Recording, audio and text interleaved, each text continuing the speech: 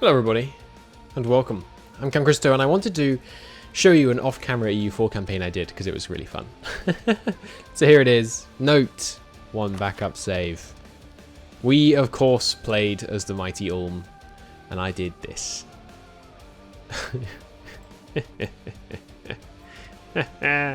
So not bad, eh?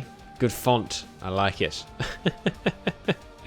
So, as you can see, our empire stretches from sea to shining sea. We have some rather pretty borders, though I say so myself. In terms of subjects, yes, we are the emperor of the Holy Roman Empire, and we're the Empire of China, Emperor of China as well. We are Confucian. Emperor Friedrich here is in fact the leader of China, as you can see, because we got all these tributary states. And we have 100 mandate, we have 100 imperial authority. We could revoke the privilege at any time, but that would ruin our font. We have, I think, 3 million men under arms at this point. It was a pretty fun run. We've maxed out tech. We have everything cored. There isn't a single bit of unrest. Can I show you that on the screen? I don't think I can. There isn't a single bit of unrest anywhere in the world. Trade-wise, we're making like 3,000 ducats a month. It's pretty cool. I believe, let me try and load the backup. I think if I load it up, it just goes straight to the end screen, and there's no way to get off the end screen just to show you more stats, but let me just try loading the backup and see if that works. But yeah, it was a pretty fun run.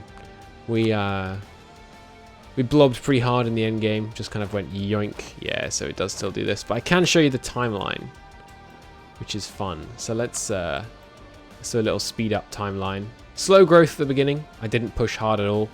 We just kind of slowly tentacled our way around the HRE. Things begin to blow up later. I got an alliance with France around this point, which led to being able to wipe the floor with Bohemia. I think we yoink Burgundy at some point. There goes Austria. We of course get Tyrol at this point.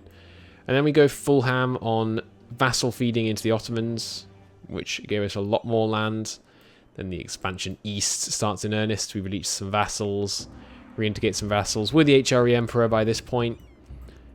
Cutting into India, which as you can see fell pretty quick. We beelined over to China so I could start getting some Confucian rebels to convert me. And then it was just clean up, basically, while we yoink Spain and France to clean up borders in England and wipe out the rest of China to clean things up over there. Boom. It was pretty good. Can you see? You can't see unrest on this. No, you can't. Show me the timeline again. If I do it now, does it work? No, okay. You can't show the unrest.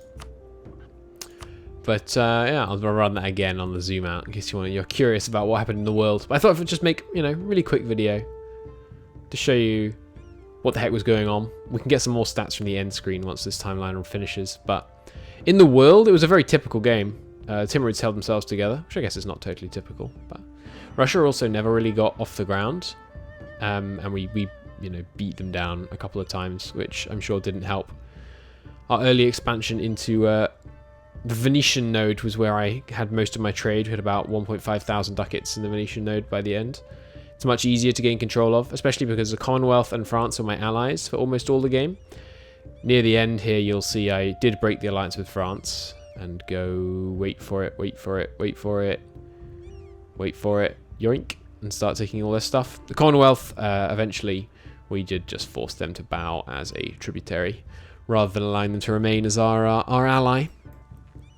We do have, although I can't show you on this screen, if I close the timeline, you can see. Can you not pan around the screen when you're on this? So I can do this and show you, which is a bit awkward, but we have a lot of men.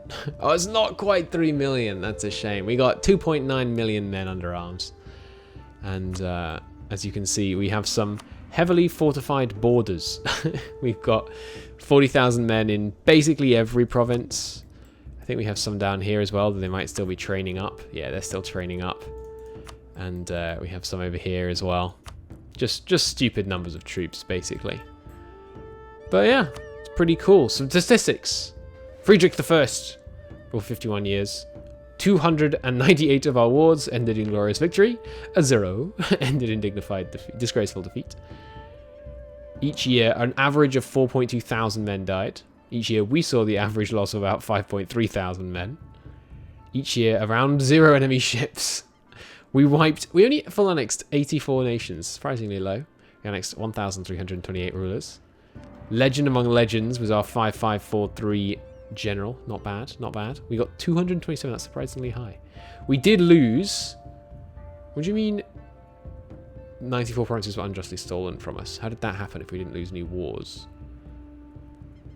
I guess that was separate piecing people and giving them land? No, that's probably rebels.